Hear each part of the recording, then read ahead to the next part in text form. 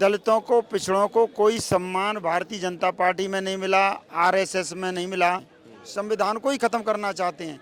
ऐसे लोगों से हम दूरी बनाना चाहते हैं। पूर्व में जो राष्ट्रपति हैं रामनाथ कोविंद जी, वो दलित समाज से आते हैं। हाँ जी। लेकिन दलित समाज के लिए उन्होंने सिंगल काम नहीं किया।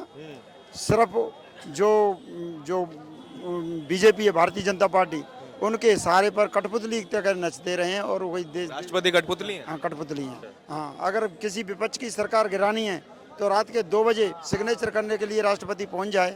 इससे ज्यादा दुर्भाग्य क्या हो सकता है। नमस्कार, मेरा नाम है धारण और स्वागत है आपका नेशनल दस्तक पर। मैं इस वक्त मौजूद हूँ तालकटोरा स्टेडियम में और आज है भीम आर्मी का 7वां संस्थापना दिवस और आजाद समाज पार्टी का पहला राष्ट्रीय अधिवेशन। मंच पर सारे भीम आर्मी के नेता बैठे हैं और कई किसान नेता भी हैं और ये पहला अधिवेशन मैंने देखा है जहां पे इतनी ज्यादा डाइवर्सिटी है। हर तरह के लोग, हर समाज के लोग यहाँ पे जुड़ के आए हैं। ये केवल बहुजनों का अधिवेशन नहीं है, ये संयुक्त समाज का है, जहाँ पर जिसकी बात चंद्रशेखर आजाद कहते हैं समतामूलक समाज, जहाँ पर सबके लिए बराबरी हो, जिसकी जितनी संख्या भारी शहर विधानसभा अध्यक्ष प्रत्याशी इस बात अली शेर मंसूरी जी, अनिल सैनी जी व तमाम साथी जो मेरे से चल के आए हैं, तमाम साथियों को धन्यवाद करता हूँ। अलग-अलग राज्यों से भाई जो पूरी बस लेकर साथ आए हैं और उनका आजाद बहुत समाज धन्यवाद पार्टी इस्तेमाल करता हूँ। के राष्ट्रीय राज्य अध्यक्ष और प्रवक्ता सभी आए हुए हैं और कम से कम नहीं तो पूरा तालकटोरा स्टेडियम भर दिया गया है और लगभग स्टेडियम के अंदर 3000 लोग और स्टेडियम से बाहर इतनी ही संख्या में और लोग खड़े हैं।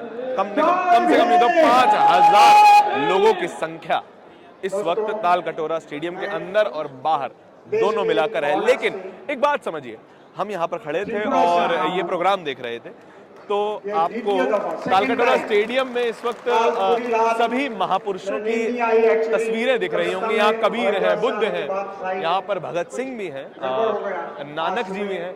लेकिन हम इस सभी में एक तस्वीर नहीं खोज पाए। सर थोड़ा सा आगे हो जाओ। वो तस्वीर थी देखना चाहते हैं संविधान के रचयिता डॉक्टर भीमराव अंबेडकर की। वो तस्वीर महज एक बैनर पर है, वहां बैनर है और सिर्फ जो तस्वीर यहाँ पर भीम आर्मी के लोग लेकर आए हैं जिन्होंने लगाई है, महज वहां लगी है। तालकटोरा स्टेडियम में डॉक्टर भीमराव अंबेडकर की तस्वीर गायब है।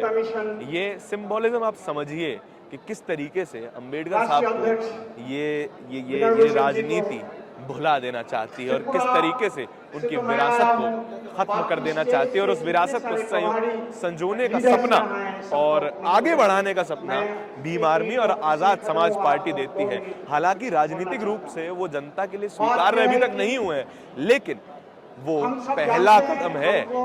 जब आप राजनीतिक रूप से स्वीकार्य होंगे और दूसरा कदम तब होगा जब आप उस राजनीति का इस्तेमाल समाज के विकास के लिए करेंगे। अभी हम बाहर चलते हैं और बाहर लोगों से बातचीत करेंगे, फिर बाद में अंदर आएंगे और अंदर उसके बाद बातचीत करेंगे।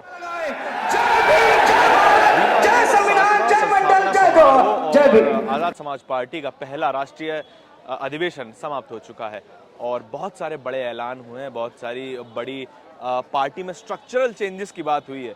अब आजाद समाज पार्टी और भीम आर्मी प्रॉपर पार्टी के स्ट्रक्चर में ढलने के लिए तैयार हो गई है। बहुत सारे दिशा निर्देश खुद चंद्रशेखर आजाद ने दिए हैं अपनी पार्टी को, अपने कार्यकर्ताओं को। बहुत सारे कार्यकर्ता इस वक्त यहाँ पर मौजूद हैं। हम कुछ लोगों से बात करने की कोशिश करेंगे। नमस्कार अंकल जी, कहाँ से हैं? धौलपुर। हाँ जी, धौलपुर से आए हैं आप? धौलपुर से। आप भी धौलपुर से आए हैं? अच्छा, तो धौलपुर में आजाद समाज पार्टी और भीम आर्मी का कैसा कैडर है? एकदम सही है, पूरी तरह से। मैं भीम आर्मी का खुद जिलाध्यक्ष हूँ। हाँ। और मेरे साथी आजाद समाज पार्टी से हैं, वो अंदर हैं, आ रहे हैं। हमारा बहुत अच्छी तरीके। अच्छा, मुझे ये बताइए कि अगर आपके कैडर में या आपको कुछ समस्या है, पार्टी में कुछ समस्या है, कुछ सुधारों के लिए बात करनी है, तो क्या कैसे किस तरीके से सुनवाई होती है? डायरेक्टली जो राष्ट्रीय नेतृत्व है उस तरफ जा सकते हैं या फिर जिला नेतृत्व के जाते हैं? एक संविधान होता है, एक तरीका होता है, एक सिस्टम होता है। जिले की पहले नीचे के कार्यकर्ता, बूथ के, विधानसभा के कार्यकर्ता जिलाध्यक्ष से करते हैं और जिलाध्यक्ष अपने संभाग प्रभारियों से करते हैं, संभाग प्रभारी प्रदेश कमेटी से करते हैं, प्रदेश कमेटी के लोग राष्ट्रीय कमेटी से बात करते हैं। अच्छा, आज चंद्रशेखर जी ने काफी सारी चीजें नोट करने को बोली थी। किस किसने नोट किया? आपने नोट किया? हाँ, हमने किए हैं। आपने नोट किए? भैया आपने नोट किए हैं? क्या क्या बताया था, बताओ बताओ। देखो भूल जाते हैं। आपने याद रखी चीजें या नहीं? जी 2-4 रखी हैं। क्या क्या याद रहा? उनने काफी टीम के बारे में बताया कि अपन को टीम इस प्रकार सही से घबराओ नहीं, आराम से जो मन में आ रहा वो बोलो, कोई दिक्कत नहीं है। और काफी बात बताई उनने कि टीम के थ्रू अपन को संयम से काम करना है और बढ़िया काम करना है। अनुशासन में रहने की बात। हाँ, डिसिप्लिन। भाई साहब इधर आइए। अनुशासन में रहने की बात बहुत की चंद्रशेखर जी ने। क्या भीम आर्मी अनुशासन में नहीं रहती? भीम आर्मी सर हमेशा अनुशासन में रहती है। अच्छा, तो इतनी बार इतना जोर डाल के बोलने की जरूरत क्यों पड़ गई सर? देखिए सर, ऐसा है, अगर समाज समझेगा, कुछ करेगा, तभी। अगर भैया बोल रहे थे कुछ करने के लिए, तो हमारा ही फर्ज बैठता है, हमें कुछ करना चाहिए। और वो सही, जो भी उन्होंने बोला है वो सही बात ही बोली उन्होंने, ठीक है। और संविधान के दायरे में रह के हमें अब जो काम करना है वो करना ही चाहिए हमेशा, ठीक है। तो पार्टी का संविधान भी आगे पढ़ेंगे? बिल्कुल पढ़ेंगे सर, क्यों नहीं पढ़ेंगे। तो क्या होना चाहिए? ऐसी खास बात क्या है भीम आर्मी में और आज़ाद समाज पार्टी में कि बहुजन समाज का हर एक आदमी उससे जुड़ेगा? ऐसी क्या खास बात है, आपको क्या लगती है? देखिए मेरे हिसाब से तो अगर समाज एकजुट नहीं होगा तो हम लोगों पे तो बुरा प्रभाव पड़ेगा, अगर समाज एकजुट नहीं होगा। और हम भी चाहते हैं, इसलिए ये भारत एकता मिशन, जो भीम आर्मी भारत एकता मिशन बनाया है, ये इसलिए बनाया है कि समाज एकजुट रहे और समाज में अच्छे कार्य हों, हमारे बच्चे पढ़े लिखे अच्छी शिक्षा प्राप्त करें। हाँ जी, आप बताना चाह रहे थे उस सवाल का जवाब। हाँ, क्या राष्ट्रपति जी के बारे में? हाँ जी, राष्ट्रपति जी का जो नॉमिनेशन है वो आज अभी जो राष्ट्रपति हैं रामनाथ कोविंद, वो भी बहुजन समाज से हैं। और जो अब बनने वाली हैं, जहाँ तक जो बन सकती हैं, वो भी बहुजन समाज से। पूर्व में जो राष्ट्रपति हैं रामनाथ कोविंद जी, वो दलित समाज से आते हैं। हाँ जी। लेकिन दलित समाज के लिए उन्होंने सिंगल काम नहीं किया। सिर्फ जो बीजेपी है, भारतीय जनता पार्टी, उनके सहारे पर कठपुतली कर नचते रहे हैं और वही देश। राष्ट्रपति कठपुतली हैं? हाँ, कठपुतली हैं।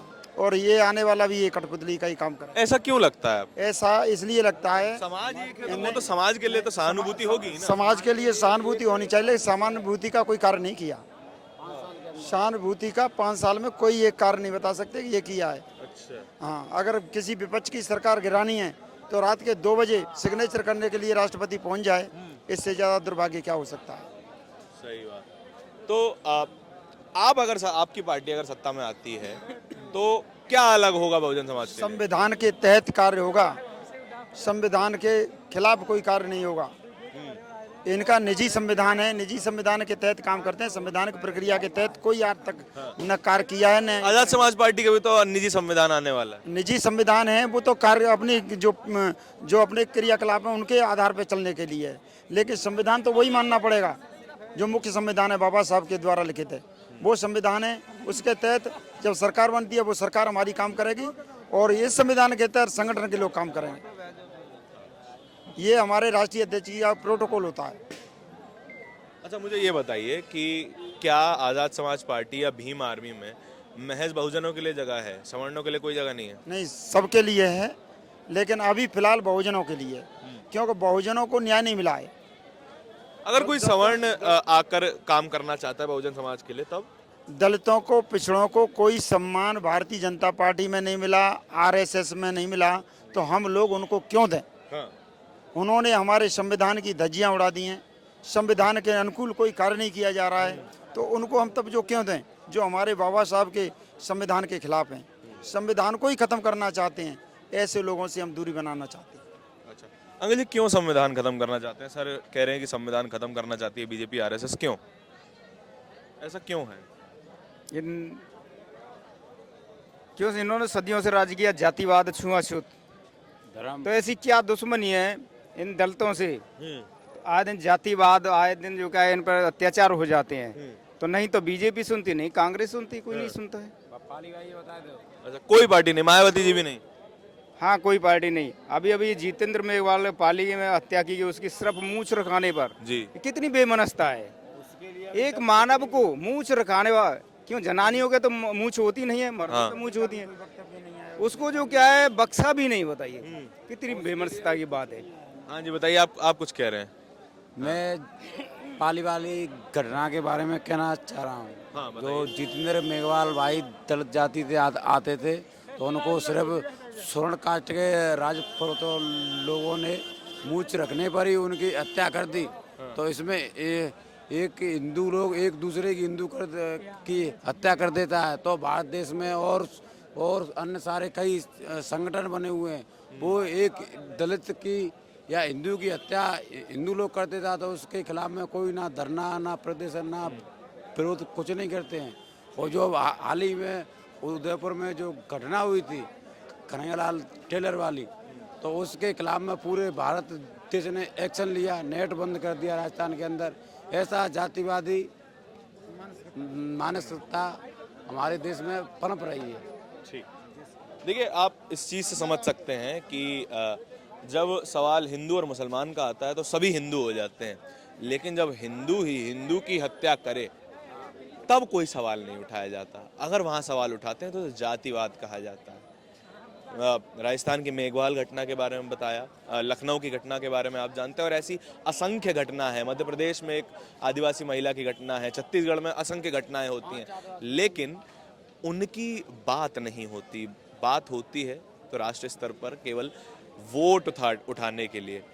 जब इलेक्शन आते हैं तो आपको जातियों में बांटकर आपका वोट ले लिया जाता है और आपकी जाति के लिए, आपके समाज के लिए कुछ काम नहीं होता।